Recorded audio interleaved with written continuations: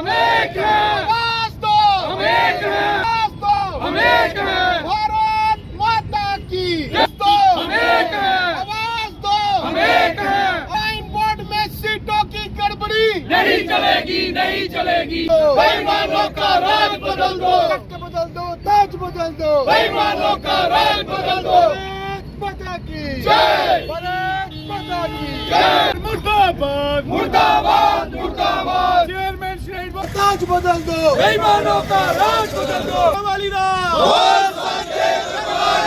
सच में ये विषय बड़ा दर्दनाक, बड़ा चिंताजनक है। और मैं एक बात जोड़ूंगा, पिछले 2-3 दिनों का जो हमारी वर्तमान की एनसी कांग्रेस सरकार के मुखिया हैं उमर अब्दुल्ला जी, जैसे वो वक्तव्य दे रहे हैं, जैसे बयान दे रहे हैं, जिस प्रकार से इस विषय का राजनीतिकरण कर रहे हैं, मुझे लग रहा है वो बड़ा ही निंदनीय बात है। और कहीं ना कहीं जितने भी लोग हैं जो माँ वैष्णो के ऊपर आस्था रखते हैं उन्हें आक्रोशित कर रहे हैं। और मैं कह देना चाहता हूं उनको बड़े कड़े शब्दों में कि आपको मैं कह दूं, अगर अलीगढ़ यूनिवर्सिटी को संविधान की 31A के तहत उसे विशेष अधिकार मिल सकता है, तो हमारे भक्तों को जो उनके चंदे के साथ जो यूनिवर्सिटी बनी है उसमें विशेष अधिकार क्यों नहीं मिल सकता, ये बताए उमर अब्दुल्ला। अगर वो कह रहा है कि लोग तुर्की चले जाएंगे, वो बच्चे, वो कह रहा है वो जो फरीदाबाद की यूनिवर्सिटी है वैसा हाल हो जाएगा, तो मैं उनको चेतावनी है हमारी, हमें विश्वास है अपनी सिक्योरिटी एजेंसीज के ऊपर, जो उसका स्थान होगा उन बच्चों का वो फिर उनको बिल्कुल वहां पे पहुंचा देगी। साथियों, सच्ची बात यह है, बात हिंदू मुसलमान की है ही नहीं है, बात मैं कहूँ मेरिट डिमेरिट की भी नहीं है, बात कहूँ तो इन 42 सीटों की भी नहीं है, बात है जो करोड़ों करोड़ों लोग माँ वैष्णो के ऊपर आस्था रखते हैं, उनके अधिकार की है, उनकी अस्मिता की है, उनकी आस्था की है। श्राइन बोर्ड का प्रशासन है, उसको चेतावनी दे रहे हैं। और आप याद करिए 2008 का वो मंजर, जब वही सरकार ने ये फैसला किया था कि अमरनाथ श्राइन बोर्ड की भूमि को 1 इंच जमीन नहीं दी जाएगी। आप याद करिए वो मंजर, तब बच्चे से लेकर महिलाएं, बुजुर्ग, बड़े सब लोग गरे से उतरे थे। लगभग 90 दिन हमने वो लड़ाई लड़ी थी, उसके बाद सरकार को अपना फैसला वापस लेना पड़ता। हम शहनशील लोग हैं, लेकिन इसका मतलब ये नहीं है कि कोई हमारे सिर पर चढ़ के नाचेगा उसको हम बख्शेंगे, उसको हम छोड़ेंगे। ये क्लियर है कि श्राइन बोर्ड को अपना फैसला ये रोल बैक करना पड़ेगा।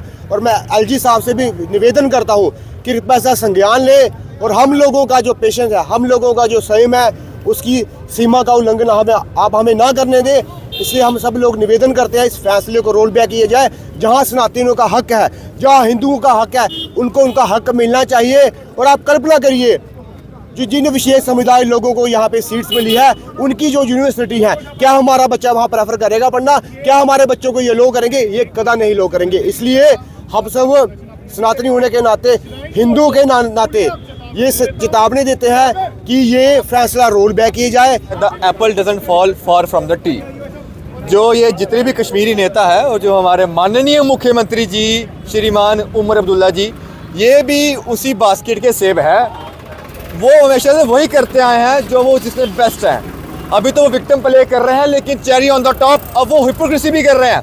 आपने उनका बयान सुना होगा, वो कहते हैं कि ऐसी तरह की यूनिवर्सिटीज़ में जाके पढ़ के जो हमारे बच्चे हैं वो रेडिकलाइज हो जाते हैं। उन्होंने कन्फेस कर लिया कि इन तरह की यूनिवर्सिटीज़ में जो है आतंकवादी बनाए जाते हैं। मेरा उनसे एक मात्र प्रश्न है, जापान पे अमेरिका ने 2 बम गिराए, क्या उन्होंने हथियार उठाए? कश्मीरी पंडितों को कश्मीर से मार के भगाया गया, मुर्शिदाबाद में हिंदुओं को मार के भगाया गया, क्या हिंदुओं ने हथियार उठाए? उन्होंने तो बहाना बना लिया धर्म को आगे करके कि हमारे बंदे जो है, हमारे बच्चे जो है वो आतंकवादी बन जाते हैं। और श्राइन बोर्ड को जो है उन्होंने अपनी जो है गिरफ्त में रखा हुआ है, जिसका पैसा जो है वो हांड हांड कर जो है अपना राजपाट चला रहे हैं। ये प्रदर्शन जो है साफ शब्दों में श्राइन बोर्ड के खिलाफ है। और यही चेतावनी है, जो 42 सीटें आपने धर्म विशेष के समुदाय के लोगों को दे दी है, उस पर जो है इंक्वायरी होनी चाहिए, क्योंकि साफ साफ दिखता है कि उस सीटों के एलोकेशन में जो है गड़बड़ी हुई है। एक फैक्ट आपके सामने रखता हूँ, बहुत रोना जा रहा है कि मेरिट लिस्ट के नाम पे जो है बच्चों को सीटें एडमिशन मिली है।